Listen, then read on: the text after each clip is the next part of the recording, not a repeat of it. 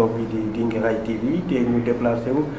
ñëw fekk fii ki nga xamante ne daanaka sénégalais ñu bëri xam nañ ko rawat na ñi ngay xamante ne dañuy yëngu ci secteur boulangerie bi kooku du kenn ku dul Amadou Gaye di président fédération nationale des boulangeries du Sénégal ñu gën koo xam ci FNBS. Amadou Gaye ñu ngi lay nuyu di la dalal jàmm ci télévision bi nga xamante ni mu ngi ci internet bi ñu duppee ko Guinguinéo TV. maa ngi leen di fay di nuyu seen téléspectateurs yi yëpp téléspectateurs yi man nag tey dama am mbégte daal ndaxte buñ demee ba am Guinguinéo TV dafa luñ ci bokk la ñun dañ ci bokk parce que ñun fa la ñu bokk. suñu maam Tiyaan vraiment mën naa wax ni bu ñu yegsee fii lu bëri moom la gannaaw yàlla ak yonent bi ndaxte daf ñu fonkoon lool ba moo taxoon sax am na moment boo xam ni sax organisation gàmm bi sax dañ si taxawoon bu baax nuyu au passage aussi sëñ Bass ak waa Guinguinéo yëpp te leen xam ne daal seen frère seen rak seen doom moo am mbégte la vraiment di waxtaan ak askan bi si télévision Guinguinéo TV di ñaan yàlla nag mu nekk lu rëy loo xam ni Sénégal bi yëpp danañ ko xam incha allah di leen aussi ñaanal ngeen gën a góorgóorlu daal. ndaxte Guinguinéo moom ñëpp xam nañ foofu lépp nga foofu daal donc ñu ngi am mbégte daal di waxtaan ak yéen tey si économie réew bi. waxtaan wi mbokk yi ni ngeen ko déggee noonu lañ koy defee moom def na introduction wax li nga xamante ne moo ko boole ak Guinguinéo bi nga xamante ne télévision bi daanaka moom la bëgg a fësal ba ñëpp xam ko ci àddina si sëñ bi Gaye balaa ñuy ñëw ci sa maanaam relation ak Guinguinéo dañuy ñëw ci maanaam ci ëpp sénégalais yi duñu la xamee mooy maanaam sa combat bi nga nekkee presque plus de 10 ans yaa ngi jiite ab kuréel bi nga xamante ne dafa ngànk ay boulanger lenn taxu leen jóg lu dul fexe daal ba ñoom seen conditions yi gën a yokku ci réew mi fan yee ñu génn yéen a ngi woon ci banque loxo bi nga xamante ne daanaka ñëpp yëgul nañ ko ci réew mi toog ngeen lu toll ñetti fan daanaka defaru leen mburu avec le recul tey jii est-ce que selon toi en tant que président gis nga ni combat boobu il fallait le mener. waa dëgg la xam nga réew su tollee foo xam ne ñi jiite réew mi di bind ay loi ak ay texte après duñ ko appliquer loolu moo indi jafe-jafe Sénégal ndaxte affaire mburu bi boo xoolee na nga ko yàgg lañ si yàgg wax ñun dañ si tàyyi daal lu ñuy wax dafa doy parce que mënoo ñëw ñun ay borom kër lañ dem leb banque pour mën a yokk koom-koom réew mi créer emploi jël ay risques ñu jàppoon ni rek lu ñu wax vérité des prix maanaam njëkk li ngay liggéeyee da nga si war a xool sa bénéfice après nga jaayee loolu état ne déedéet mburu moom maay fixé prix yi ñu ne ko waaw d'accord nañu maay xool ba mu neex ma lii ngeen di jaayee ñu ne ko njëg li moom baaxul waaye nag am nañ benn problème boo xam ne boo ñu ko réglé woon ba pare ñu doog a wax njëkk mooy assainissement secteur bi maanaam dañoo gis ni lu waaye neex ubbi four nu mu la neexee nga jaay mburu nu mu la neexee si boutique yi si conditions yu bon yu salté yoo xam ne daal sécurité askan bi sax wóotul ñu d'accord si ñoom si loolu ñu leen kon bu ñu ko defee dinañu arrangé loolu na tax nga yem fi nga war a yem war a jaay maanaam tey balaa nga ubbi four day am 300 mètres balaa ngay kees ñaari point de vente kees yi day nekk 200 mètres loolu si jubloolu yëpp pour créer ay emploi mais ñu daw amoon yaakaar loolu nag li ñuy wax pacte de confiance bi ñu amoon loolu ak ministre du commerce bi yàqu maanaam ñoom seen bopp man maa toog ci benn réunion virtuelle ministre finance ni waaw yéen boulanger yi la ñuy laaj naan réglementation bi lu tax kenn respecté wu ko ma gis tontu ni mbirum mi nga xam ne dañuy jaay mburu ci boutique yeeg ak yooyu ñun ñoo ko wax ñu taxaw ndax sax dafa am ay association consommateurs yoo xam ne nanguwuñ ko ma ni waaw ba ñuy tëgg loi yooyu ak décret yooyu ñoo ñëpp ngi woon toog président de la République signé est-ce que kon sañ nañ delloo si ginnaaw naan askan bi léegi ñun mënutuñu leen faale léegi mburu mi na nekk si ay conditions saako poubelle parce que am na ñoo xam ne seen mburu si saako poubelle lañ koy dugal di leen ko livré am ñoo xam ne si buntu kees lañ koy def si boutique yi muus yi ñëw jël ko léegi yooyu lañ bëggoon mu deñ mais sax ministre commerce boobu nee na moom day favoriser lu mel noonu ni kon yaa xay la ñu tëggul ak ñoom nañ ko baax ban léegi kon ñun nag kon nañu jox suñu njëg liñ mburu di jar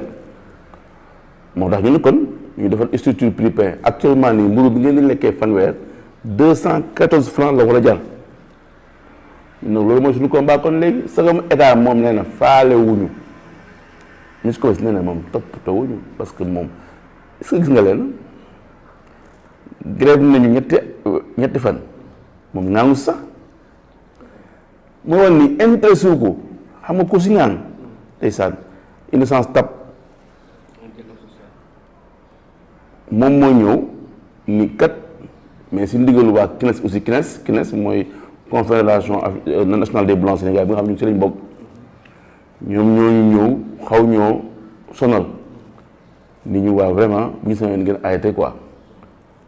parce que askan bi ñoo si sonn parce que ñii duñu leen déglu faalewuñu leen moo tax innocence tey woo boulanger yi leen man li may wax rek mooy na boulanger yi na askan bi féex après ñu régler suñu problème après quoi moom loolu la ñëwee ñaan boulanger yi loolu est-ce que xam nga ne ba ñuy grève man amul koy fekk moo fi sax kon xoolee pour wane ne rek parce que si ginnaaw lu di tax grève bi gën a doy waar sax dafa am ku waxoon si nguur bi koo xam ne day jaay levure ànd ak ñoom nit ñi moom bu fan yokkee kenn du yokk mburu mi fan day yokk te kenn du yokk mburu mi et puis sax ki ko jiite moom du dara daal ñoom seen association bi matuñu sax téeméer loolu boo ko waxee mais ñu tam danañ prouver ni mat nañ téeméer loolu tam lu indi grève bi la maanaam ñàkk respect normal bi nga xam ne ministre commerce bi jox nañ ko fi mu toll nii di am ñee ñun jël ay yeneen boulanger yu ñu jël yaakaar ne ñoom ñoo yore yëf yi ñun tamit ñu gis ni aussi ñu ngi koy doxal di koy wane respecté wuñu ni kon jot na ñu wan askan Sénégalais ni ko état bi ni ko mais ñun duñuy yaafus ñun mënuñoo toog ñu ñuy toroxal dañu yor ay emploi yu ñu war a créer ak yooyu yëpp loolu tax na loo xam ne environnement boobu suspicion boobu moom moo indi daanaka grève bi te nag dañoo taxaw rek parce que incha allah lii daf ñu may beneen organisation parce que nee naa la man nekk ma foon teewul mbir mi dox na mu war a doxee loolu la doon firndeel ni rek mbir mi du Amadou Gaye kase équipe la si lay profité sax di remercier gouverneur Kédougou bi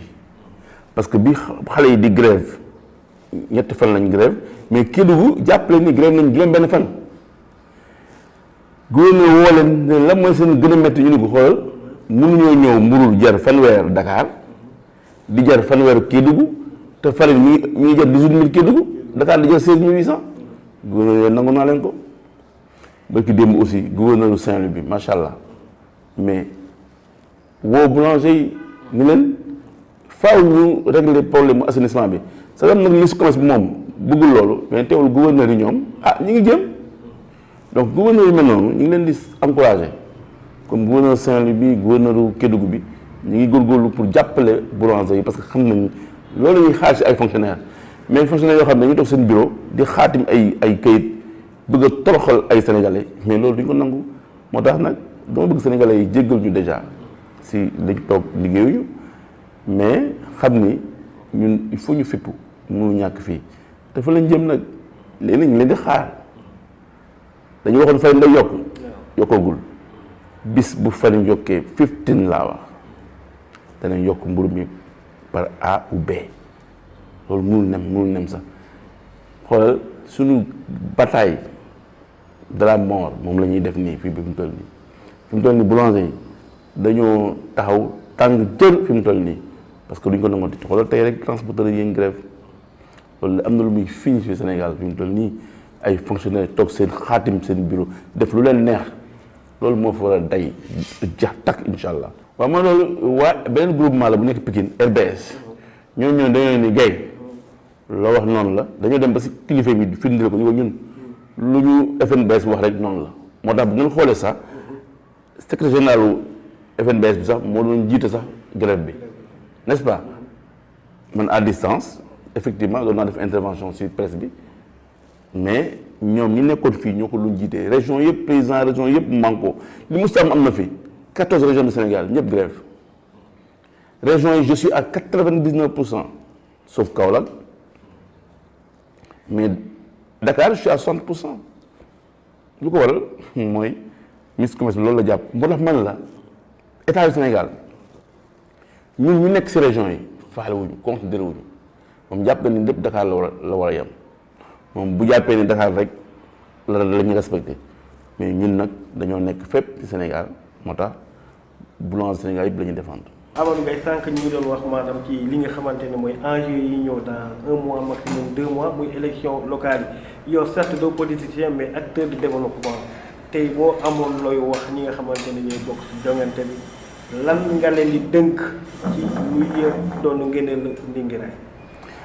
donc li may gën a njëkk a wax rek mooy sunu frère moom Kébé Gadiaga moom moo bëgg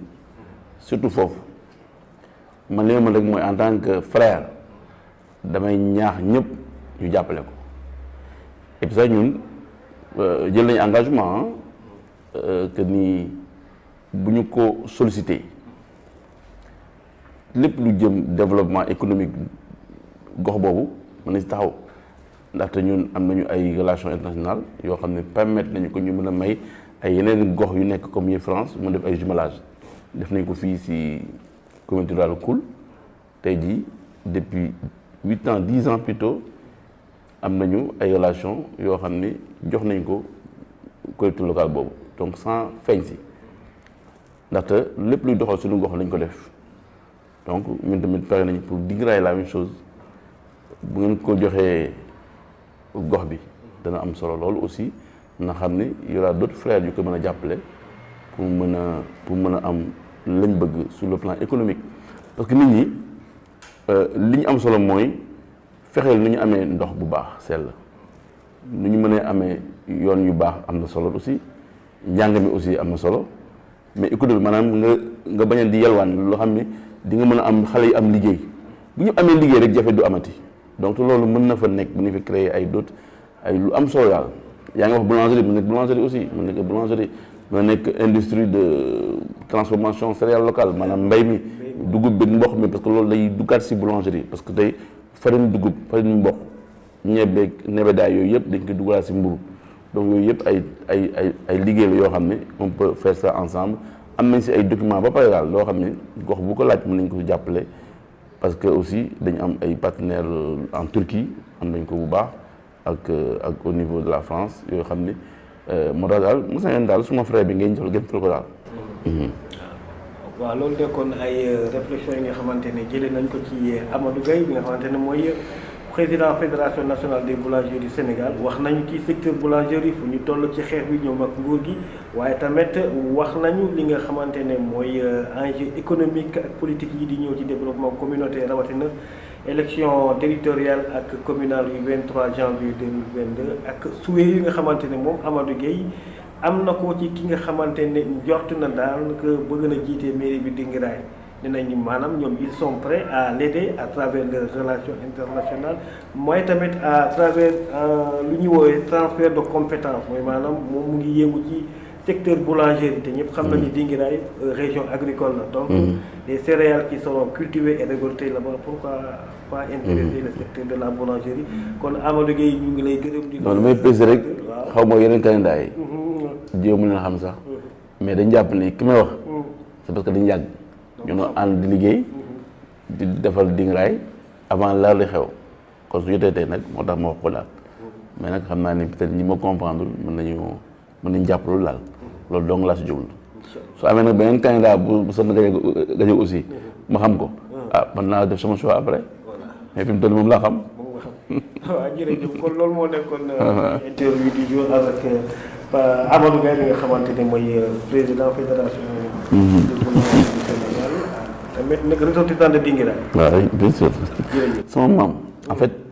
ki jur sama yaay man daa demee mooy sama sëriñu maanaam suma maam bu góor Cheikh am kii pour dire sama yaay la même chose nag Mame Tidiane man tamit la même chose non pour vous dire rek quoi fi ma toll si Dinguiraye daal voilà donc man c'est à part waaw comme famille Gaëtama bi nii maa gën a ruux bokk si Dinguiraye sama côté yaay bokk waaw sama yaay la dëgg Njaay